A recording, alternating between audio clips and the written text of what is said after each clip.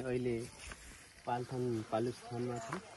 पालुस्थानमा यो हाम्रो लक्ष्मण भुषालज्यूले धेरै वर्ष पहिला तल पालुस्थान माध्यमिक विद्यालयको प्राङ्गणमा एउटा मूर्ति लिएर आउनुभएको थियो। त्यो मूर्ति त्यहाँ स्थापना गरेर मन्दिर थियो र पछि फेरि स्कुल बढाउनु पर्ने र त्यहाँ मन्दिर राख्न असुविधा भएको हुँदा त्यो मूर्तिलाई ल्याएर यहाँ मन्दिर बनाइएको र यो मन्दिरमा यो मन्दिर बनाएर यो मूर्ति स्थापना गरिएको र यो हामी सबैको साझा मन्दिर हो। यो मन्दिरमा पोहोर साल यहाँ हाम्रो खयसोरजी पनि हुनुहुन्छ यही, यहाँको सहयोगमा यो यसको दरवाजा यो दैलो टुटेको थियो र पोहोर साल यो दरवाजा यो दैलो बनाएर हामीले हालियो। यो मन्दिर मैले अस्ति आएर हेर्दाखेरि मैले यो बुझेकै रहन्छु र माथिको मन्दिर हेर्न गएछु र यो मन्दिरलाई हामीले अलि सुव्यवस्थित बनाउने जो कुरो भएको थियो त्यो कुरालाई अहिले यो पुरै मन्दिर हेर्दाखेरि हामीले धेरै कुरा गर्न बाँकी र गर्न सकिने अवस्था रहेछ। यहाँबाट अलिकति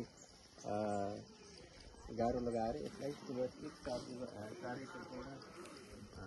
गाह्रो लगाएर यहाँ एउटा गेट बनाइदिने हो भने यो मन्दिरको राम्रो व्यवस्थापन हुने देखियो र यो हाम्रै ठाउँ हो, हामीले नै यसलाई सौन्दर्यकरण गर्नुपर्छ भन्ने हाम्रो विचार हो।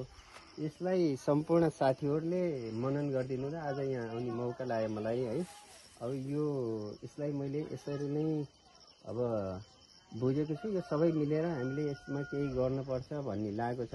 यो मन्दिरको ढोका लाए पनि बाहिरको त्यो फ्रेम छ, फ्रेम यसरी गलेको रहेछ। अब यही भिडियो मार्फत मैले लक्ष्मण अङ्कललाई पनि भन्न चाहेँ, यसलाई अब तपाईँले बनाएको होइन, तपाईँको सबैभन्दा ठुलो योगदान रहेको हुँदा यसलाई हामीले बनाउन आँट गर्नेछौँ र तपाईँसित सम्पर्क गर्नेछौँ। अनि त्यसपछि नै यसलाई कसरी गराउने भन्ने हामीले तपाईँसित सरसल्लाह लिएर हाम्रो सुझावसहित यसलाई बनाउने प्रयत्न गर्नेछौँ।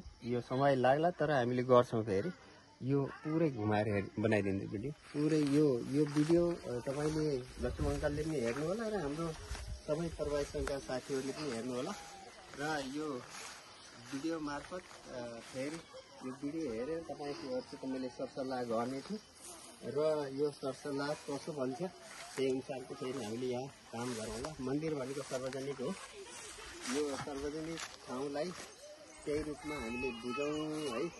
र यो मैले भिडियो पठाउने छु र त्यही अनुसार तपाईँहरूले सल्लाह सुझाव दिनु होला भन्ने आशा गरेको छु।